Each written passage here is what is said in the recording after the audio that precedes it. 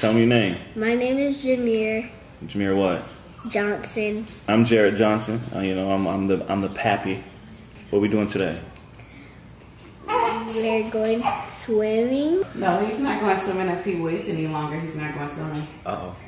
Because the sun's going down and it's going to be cold. It's not going to be cold. We live in Arizona. It'll never get cold out here, especially in the summertime. We're going to go ahead and jump into this second episode of the Johnson's Journey. This episode is going to be a little bit more of a question and answer type of episode, so we'll be ready to answer any type of questions that you guys have. As you can hear in the background, Miss Journey's not too happy. We'll go ahead and turn it around on her real quick, see what's going on over here. Mama's cooking in the kitchen. Ooh, whipping! Say hi. Hi, Hey. What you doing, girl? How you doing? Where you been? You're annoying. Hi, Journi. All right. So let them know what's going on today, baby. Right now, I kind of let them know a little bit what was going on. So today we will be answering your guys' questions. I had you guys send me some questions in my DM, and we actually had a great response. So today we will be answering all your guys' questions. Chill. For mommy as always, you know. I don't know how awesome it is to have that in there, but so hey everybody, I am Renee and this is Jared. So today is our question and answers episode. We kind of want to just recap from our last video, but before we do any of that, me personally, I want to say thank you to everybody that's reached out to us, that sent prayers and positive vibes our way. We appreciate you guys more than you know. And so what we like to do is we like to start off with the questions. Yes, sir.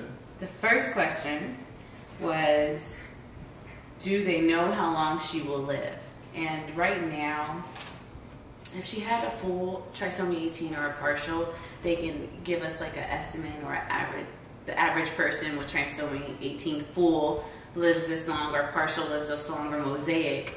But she is like 1 in a million. Hers is a translocation. So it's a piece missing, and that piece is relocated. So with it being a translocation, they don't have enough studies in their system to say how long exactly she will live, especially with her having the Dandy Walker as well as the trisomy 18. So they don't know, and that's why we're just literally taking each day at a time.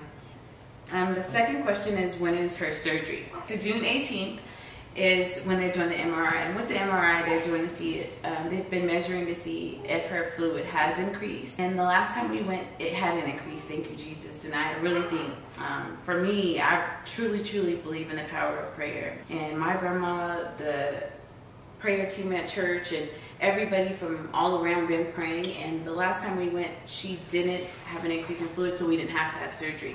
I'm under the impression that as long as it does not increase on the 18th, we may not have to do surgery on the 19th. However, one doctor did tell me that right now the doctor's just leaning on going to do this surgery on the 19th because she doesn't want it to increase overnight or continue to increase, and it damages her brain even more. So that's where we stand with their surgery. So the 18th is the MRI, and they do a quick bang. I get to go in the MRI with her, so she's not moving around and things. And then the 19th, she's scheduled for surgery. So keep us in your prayers. Next question, and we have got this question actually a lot. It was, have we thought about THC or looked up any benefit? I mean, I know me personally, I've looked into it. Just because the medicine that she's getting, I mean, eventually, I mean, I feel that it's gonna counteract something. I feel that the medicine that she's having right now, it's not natural. It's a man-made. It's a steroid. It's a man-made medicine. So you have to think that for it to stop one thing, it's gonna end up counteracting something later on down the road. So we have talked about it in a sense. We haven't really asked any doctors or anything about that just yet, just because she's still so young. I know that's something I'm looking into trying to get done, because studies are there. It's proven to actually help prevent the seizures. Although the medicine is working, I feel though with us going more natural. Of course, no one wants to be on steroids for a long time, I guess. Do I want her to do the THC? Yes. Right now, no. Because she's so little, I can't afford to take the risk on her right now. And with her not having the seizure medicine, I remember when we didn't have an increase, because when we originally got it, she was 4 pounds. So within a couple weeks, she had like started gaining weight, and we didn't have the dosage increase. So because we didn't, she had like, she had at least 2-3 seizures in that week because the dosage was little. Right.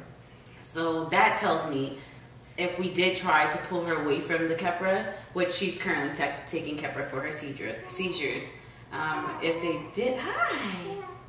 they did take it away, that it may cause her to have a very aggressive seizure, and I'm not sure if she can take it, because I've heard of a lot of people who's lost their life over their first seizure. I had a cousin who lost her life when she had her first seizure. So for Journi to literally she's had over 10 seizures. Like, I stopped counting because she's been having them so often, that I'm just thankful that she's been making them through, and I'm not ready to take the risk. The next one was, how can we talk about it without crying? And a lot of people have, honestly, that's another one we had a lot, like, how can you guys talk about it without crying? We get a lot of our crying now in private, you know. I thug cry, that's like, you know, you get one turn, you out, you know what I'm saying? But, no, I've cried a few times, actually, you know. It's different, it's hard. You know, we have 3 other boys that are running around here perfectly healthy, perfectly fine, and then to kind of get a slap of reality, because you don't really expect certain things to happen when you're accustomed to certain things. So for this to happen, in a sense, it's different. It's a different struggle, but at the same time, it's a blessing at the same time, because a lot has opened up for us as far as where we're at now. She is a whole baby. Like, I'm telling you guys, a little girl talks mess. If she sees me walking by, she's like talking mess. But again, thank you guys for all reaching out to us in regards to the questions and answers. We definitely appreciate, again, all your support, and any questions or answers you have. It's The Johnson's Journey on IG, also on YouTube as well. You can search us, watch us, subscribe. Please subscribe, you guys.